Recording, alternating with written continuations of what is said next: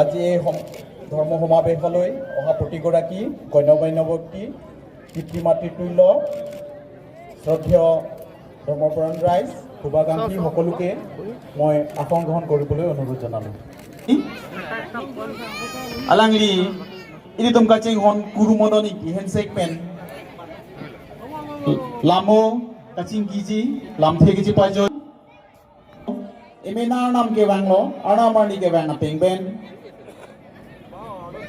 nonapor pen thut hedet pen alangli phan ladak ini tum kadu kawe ingthum pon arni pon long Paraya daerah pan arah pan mata komsi anpara si kami Arunachal Pradesh long kedo pinangan dorong koi rapet arah daerah pan mata konten kurus arlo konen kian sek Arunachal Pradesh state arlo kedo Papumpari district pu ajila dalong kokila arong si kami kethom behor কাৰ্যভাগ সুচাৰুৰূপে চব পৰিচালনা কৰিবলৈ মই সভাপতিৰ আসন গ্ৰহণ কৰিবলৈ অনুৰোধ জনালোঁ।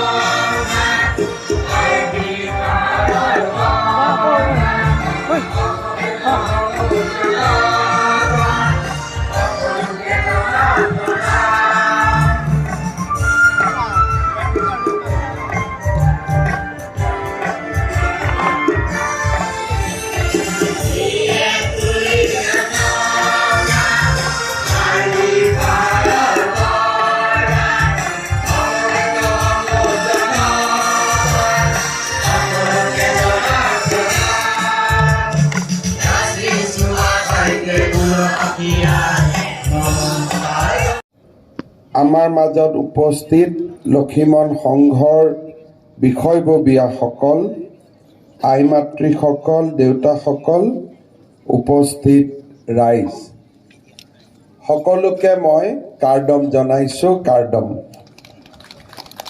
কাৰ্বি আংলং জিলাৰ ডলামাৰাৰ পবিত্ৰ লক্ষীমন আশ্ৰমত আয়োজিত এই ধৰ্মীয় সংহতি সমাৱেশত মই আপোনালোকক ভক্তিভৰা প্ৰণিপাত জনাইছোঁ।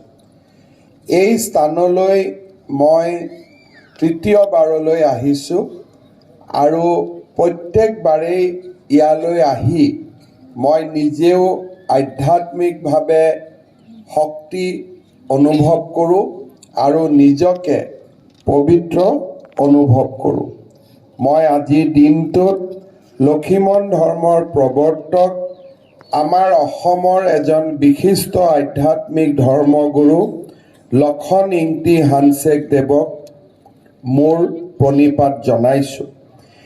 এই ধৰ্মীয় সংহতি সমাৱেশৰ সৈতে জড়িত হৈ আছে কাৰ্বি সমাজৰ যুগ যুগান্তৰৰ ধৰ্মীয় বিশ্বাস আৰু লোক পৰম্পৰা।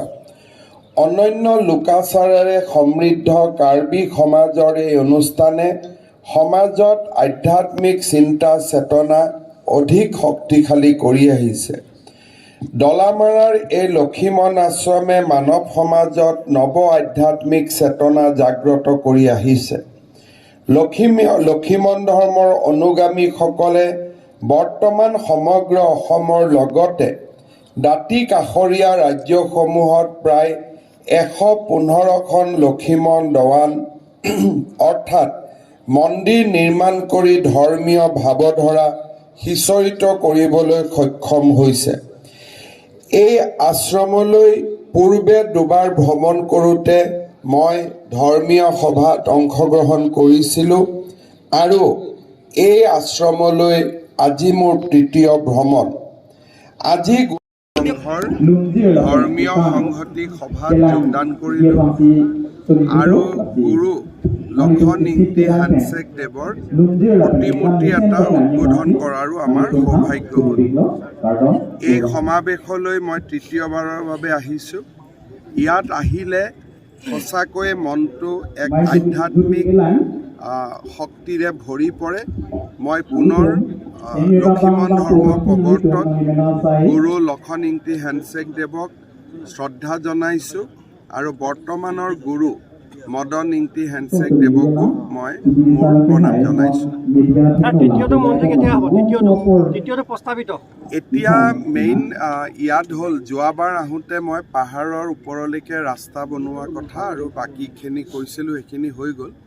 এতিয়া আমাৰ লক্ষ্যটো হ'ল যে মন্দিৰ আমাৰ পাহাৰৰ ওপৰত আমি যদি মন্দিৰটো সুন্দৰ কৰি বনাব পাৰোঁ, কাজিৰঙালৈ অহা পৰ্যটকসকলে এই অঞ্চলটোলৈ অহাৰ সুবিধা পাব আৰু তেওঁলোকে পৰ্যটনৰ দৃষ্টিভংগীৰ পৰাও যথেষ্ট এটা ঘূৰি ফুৰা ট্ৰেকিং কৰাৰ কাৰণে এটা পথ বিচাৰি পাব। গতিকে পৰ্যটন আৰু ধৰ্মীয় দুইটা দৃষ্টিভংগীৰ পৰা এই মন্দিৰটো আমি নিৰ্মাণ কৰিবৰ কাৰণে আমি চেষ্টা কৰিম।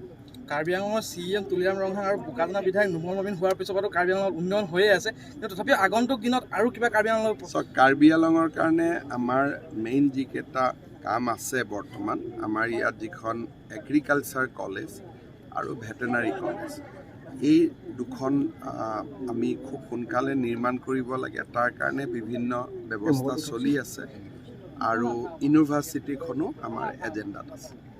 হ'ব, চব পৰিব এতিয়া।